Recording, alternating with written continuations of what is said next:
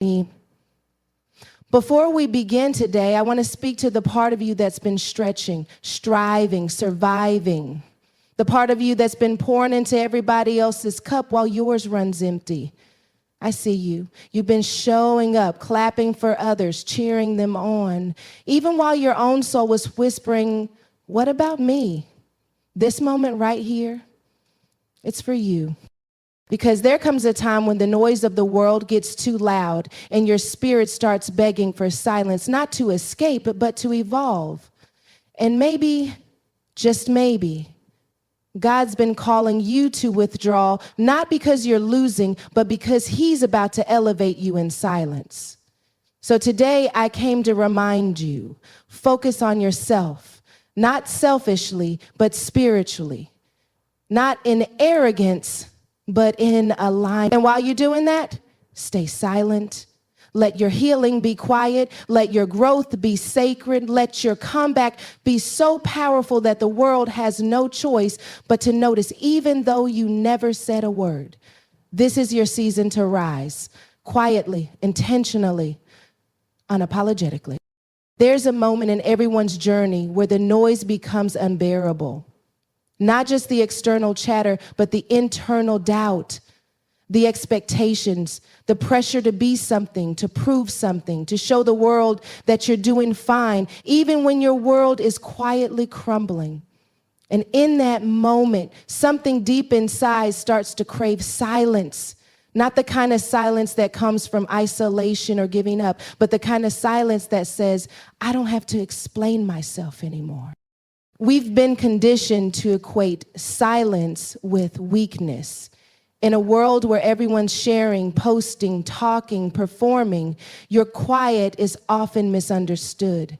People think you're going through something tragic, something shameful, or something you just don't want to talk about. And maybe you are, but silence isn't always a sign of struggle. It can also be a sign of strategy. Sometimes silence means I'm working on me. It means I've recognized the power in being still, the wisdom in being private, and the strength in not reacting. Because here's the truth, not everything deserves your energy. Not every battle requires your sword. Not every critic deserves a response. And not every breakthrough needs an announcement. Sometimes your growth will confuse people, and that's okay. You don't owe anyone an explanation for choosing peace over performance. There is divine power in restraint. There is divine discipline in choosing to move in silence while the world waits for your next move. You see, when God is doing something deep in your life, he often does it in the dark. Just like seeds are planted underground, your transformation doesn't need an audience. You don't need to post your process. You don't need to convince anyone that you're changing. Just change, just become, just evolve. Because the loudest breakthroughs often begin with the quietest decisions. Decisions to step back, to shut up, to stop proving and start protecting your peace, protecting your mind, protecting your heart. Let's talk about Jesus for a moment. Even he in all his power often withdrew to be alone, not because he was afraid, not because he lacked strength, but because he understood the value of silence. He understood the necessity of stepping away from the crowd to reconnect with the Creator. That's strategy, that's alignment, and that's what some of us are being called to do right now. Not to isolate, but to intentionally retreat so we can hear what we've been drowning out. Silence gives you the space to hear God clearly. It gives you the room to rediscover yourself without the distortion of opinions and outside influence. In silence, you begin to realize what matters, what drains you, what fulfills you. You realize that some of the people you were trying to impress weren't even paying attention. You realize that some of the noise you were responding to was never your battle to begin with. And you realize that your value was never in your volume. It was always in your vision. But let's be real, silence is hard. Especially when you've been conditioned to be loud, when you've been raised to hustle, to speak up, to clap back, to defend yourself, to always have a comeback. Choosing silence feels like surrender, but it's not. It's a reset. It's a holy pause. It's the moment where you remind yourself, I don't need to prove who I am. I just need to know who I am. And when you know who you are, when you've done the work in silence, when you've allowed yourself to heal, grow, and release, your fruit will speak louder than your words ever could. Silence gives God the opportunity to speak into your situation without interference. It gives you the strength to move in obedience instead of fear. And when you begin to see your silence as a tool, not a trap, you begin to embrace it instead of fighting it. You don't run from stillness anymore, you seek it. You stop asking, why is nothing happening? And you start declaring, something's happening in me. This world will try to measure your worth by how visible you are, how loud you are, how many people are clapping for you. But real success, real strength, real purpose, it's developed in the places nobody sees. The late nights, the early mornings, the tears, the prayers, the journals, the therapy sessions, the boundaries you had to draw, the people you had to forgive, the habits you had to break, the thoughts you had to conquer. That's where the real work happens. So don't despise your silent season. Don't rush to be seen. Don't fear being misunderstood. Because while you're quiet, God is working. While you're silent, your strength is multiplying. While you're not saying a word, your character is being built, your mind is being renewed, and your spirit is being fortified. And when it's time for you to step back out, you won't have to announce it. Your presence will testify. Your peace will be evidence. Your confidence will be the message. They won't know what you went through. They won't know how much it took, but they'll see the glow. They'll feel the shift and they'll realize you didn't disappear, you were just getting ready. There comes a point where you have to stop looking outward and start searching inward. Because if we're being honest, a lot of us have spent years trying to become what the world wanted instead of discovering who we actually are. We shapeshift, we adapt, we perform, all for the sake of belonging. But real transformation, true transformation doesn't happen when you're trying to fit in. It happens when you finally choose to focus on yourself. That kind of focus isn't selfish. It's sacred. It's not about becoming self-centered. It's about becoming self-aware. You can't grow in a meaningful way if you don't know what you're made of. You can't heal until you acknowledge what's hurting. You can't be strong for others until you've learned how to be strong for yourself. And that kind of strength doesn't come from pretending everything's okay. It comes from sitting with the truth, even when it's uncomfortable. It comes from pulling back the layers and asking, who am I really and what have I been running from? Sometimes we get so caught up in helping everyone else that we forget we need help too. We're busy fixing things, saving people, being there for everybody else, but inside we're falling apart. And we keep telling ourselves that this is what strength looks like. But strength isn't found in constant sacrifice. Sometimes strength looks like stopping, sitting down, saying, I need to deal with me right now. And that doesn't mean you're abandoning anyone. It just means you finally stopped abandoning yourself. Focusing on yourself means asking the hard questions. What do I need to unlearn? Who am I when I'm not performing? What parts of me are authentic? And what parts were created just to survive? It means taking responsibility for your healing, not waiting for an apology, not waiting for validation, not waiting for someone to finally see your worth. It means standing in front of the mirror, spiritually, emotionally, mentally, and saying, I choose me, not because I'm perfect, but because I'm worth the work. There's a reason so many of us avoid self-focus. It forces us to confront the things we've buried, the insecurities we mask, the trauma we normalize, the bitterness we disguise as strength. But ignoring those things won't make them disappear. It just delays your freedom. And you can only move forward in life when you stop dragging around what you refuse to face. Sometimes feeling looks like confronting the version of yourself you created to serve, and then choosing day by day to become the version of yourself you were always meant to be. Self-focus requires discipline. It's easier to scroll than to sit in silence. It's easier to gossip than to grow. It's easier to distract yourself with someone else's life than to deal with your own. But distractions delay destiny. And there's a version of you on the other side of self-focus that you haven't even met yet. She's grounded, she's peaceful, she's not perfect, but she's powerful. And she's been waiting on you to stop running.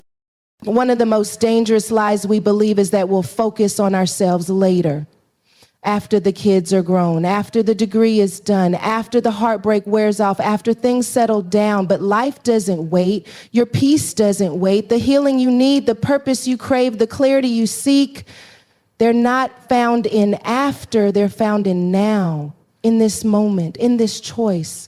Because nothing changes if you don't change. And transformation isn't a moment. It's a decision you make daily. The world teaches us to keep pushing, hustle harder, do more. But spiritual transformation is different. It doesn't come through force. It comes through alignment. It comes through being present with yourself, honest with yourself, gentle with yourself. It comes from saying, I'm not competing with anyone. I'm not chasing anyone. I'm not trying to be anyone else. I just want to be me fully, freely, and unapologetically. And let me tell you something. Focusing on yourself will cost you. It'll cost you the comfort of pretending. It'll cost you relationships that were built on your dysfunction. It'll cost you applause that came from performance. But what you gain in return? Peace, purpose, wholeness.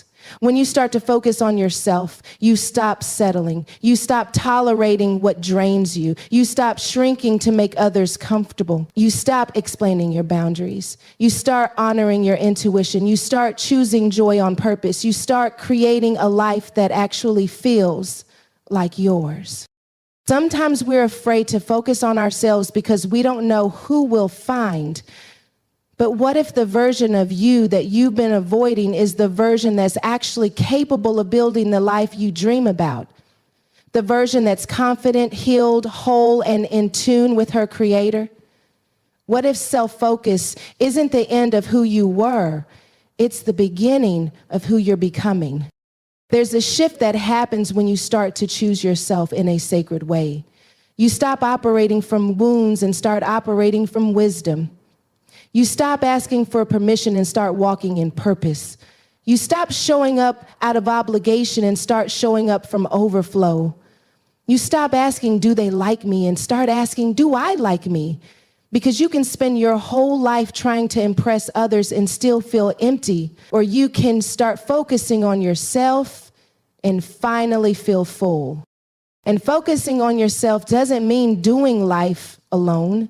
It just means doing it differently. It means surrounding yourself with people who hold you accountable to your healing, people who challenge your growth, not your worth, people who don't just clap when you win, but walk with you while you're working. Because when you focus on yourself the right way, you start attracting better. You start expecting better. You start becoming better, not for them, not for the applause, not for the likes, but for you, because you're the one who has to live with the choices you make and the person you become. We live in a time where visibility is mistaken for value, where being seen, liked, followed, and applauded has become the currency of worth, where the world tells you that if no one's watching, then nothing meaningful must be happening. But real growth doesn't happen in the spotlight. It doesn't happen when the cameras are on and the applause is loud. Real growth happens in the shadow. It happens in the solitude when nobody's checking for you, when nobody's asking what you're working on, when nobody's validating the quiet decisions that are changing everything. Some of the most powerful transformations take place in seasons where you feel invisible. It's in those moments of obscurity that God does his deepest work, because when nobody's watching, you can stop performing. You can stop pretending. You can stop carrying the pressure of looking okay while you're breaking on the inside. Solitude strips all that away. It leaves you with just yourself and your creator, and that's where the real work begins. Growth is not about becoming louder, it's about becoming rooted. And you can't develop roots when you're always reaching for outside approval. You can't deepen your identity while you're still addicted to attention. You can't build anything lasting when your foundation is other people's opinions. That's why solitude is not punishment, it's preparation. God will pull you away, not to hurt you, but to heal you. Not to isolate you, but to insulate you. Not to leave you behind, but to build something within you that can't be shaken when you step forward again. But solitude is uncomfortable. It forces you to confront the silence, the stillness, the parts of you that haven't had space to speak. It forces you to feel the things you've numbed with noise, the pain you've drowned in busyness, the trauma you've buried under achievement. But those things don't disappear just because you avoid them. They only lose their power when you face them. And solitude gives you the space to do just that, to look your fears in the eye, to grieve what you lost, to release what no longer fits, and to reclaim what you forgot about yourself along the way. We often seek validation because we're unsure. We want someone to tell us we're on the right path, that we're enough, that we're doing okay. But growth requires you to develop internal assurance, to trust your process when no one's clapping, to believe in your calling when no one's confirming it, to keep building even when it feels like no one notices. Because if your growth depends on validation, then it's not really growth, it's performance. And performance can only take you so far. It burns you out, it drains you, it leaves you empty, constantly looking for the next hit of approval to feel whole again. But when you grow in solitude, you start to realize that you don't need permission to evolve. You don't need everyone to understand. You don't need the crowd to agree. All you need is clarity. Clarity about who you are, who you're becoming, and what you're no longer available for. That clarity comes in the quiet. It comes when you stop trying to be everything for everyone and start focusing on becoming aligned with who God called you to be. Solitude teaches you discernment. When you're alone, you learn the difference between your voice and everyone else's. You stop mistaking noise for direction. You stop mistaking affirmation for alignment. You begin to filter your decisions through purpose instead of popularity.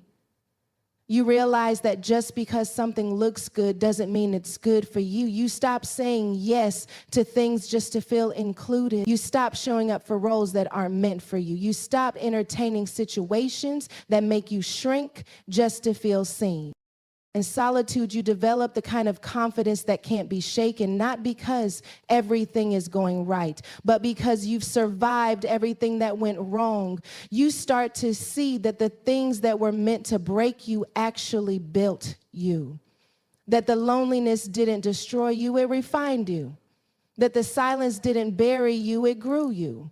And when you walk out of that season, you're not looking for applause anymore. You're walking with authority. You're no longer available for chaos. You're not desperate for a seat at the table because you've realized you are the table. Validation feels good, but it's fleeting. You can be praised one day and forgotten the next. But what you build in solitude is lasting. It's real. It's not tied to trends or followers or algorithms. It's tied to truth. It's rooted in your identity. And when your growth comes from that place, you become unshakable. You don't need the world to crown you because God already called you. You don't need people to understand your process because you've already accepted your purpose. Growth in solitude also teaches you patience. It shows you that not everything needs to happen fast, that slow isn't stagnant, that hidden doesn't mean forgotten, that delay doesn't mean denial. Sometimes God will hold you back to strengthen what's inside of you before he reveals you, because if you skip the solitude, you won't be ready for the spotlight. If you avoid the growth, you'll crumble under the pressure. If you chase validation, you'll always be performing. But when you allow solitude to shape you, you emerge with integrity, with maturity, with purpose, and with peace. There's a version of you that you haven't fully met yet, the healed you, the whole you, the grounded you. And she's not found in the crowd, she's found in the quiet. She's uncovered in the stillness. She's waiting for you to stop seeking approval and start seeking truth. She's waiting for you to stop proving and start becoming. And once you meet her, you'll never go back to begging for validation from people who were never meant to define you. There's something sacred about your energy. The way you love, the way you show up, the way you pour into others, the way your presence shifts a room, that energy is more than personality. It's power.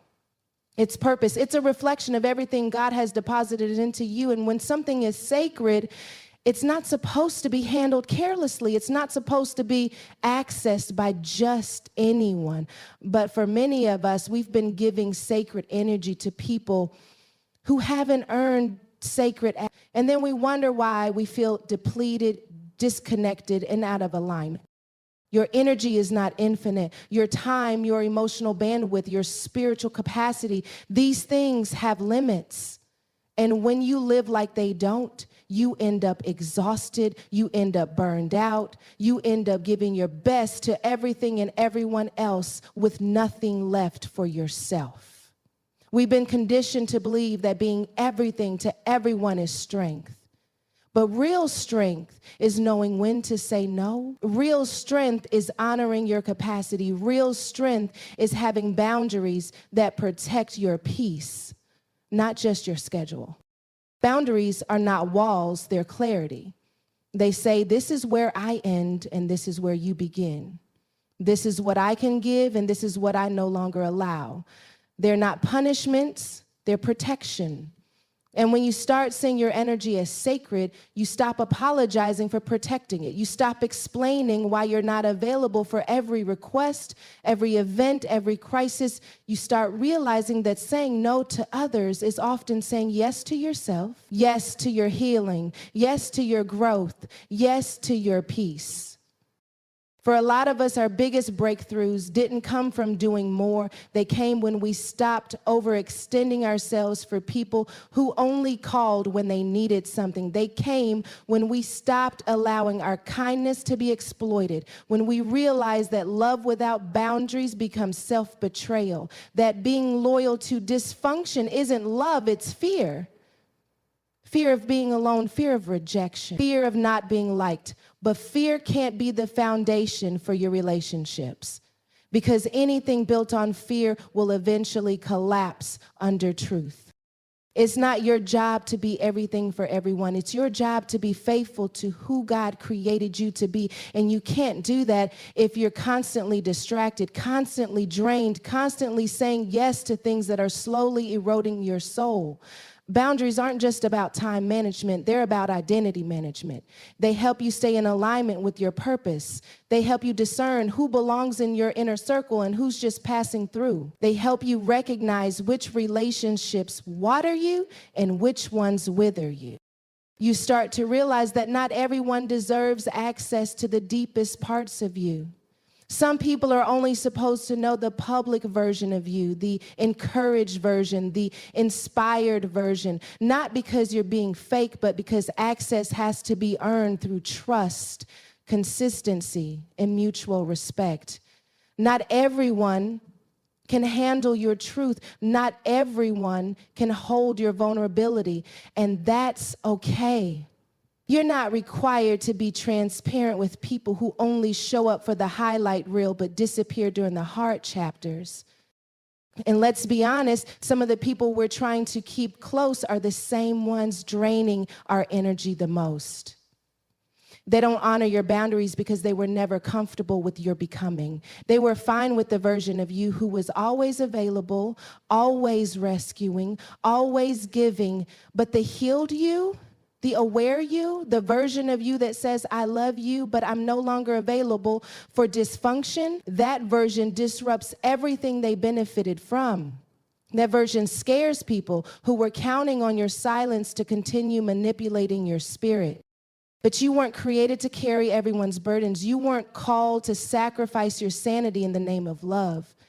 There is nothing holy about being drained. There is nothing noble about being constantly exhausted. Even Jesus had boundaries.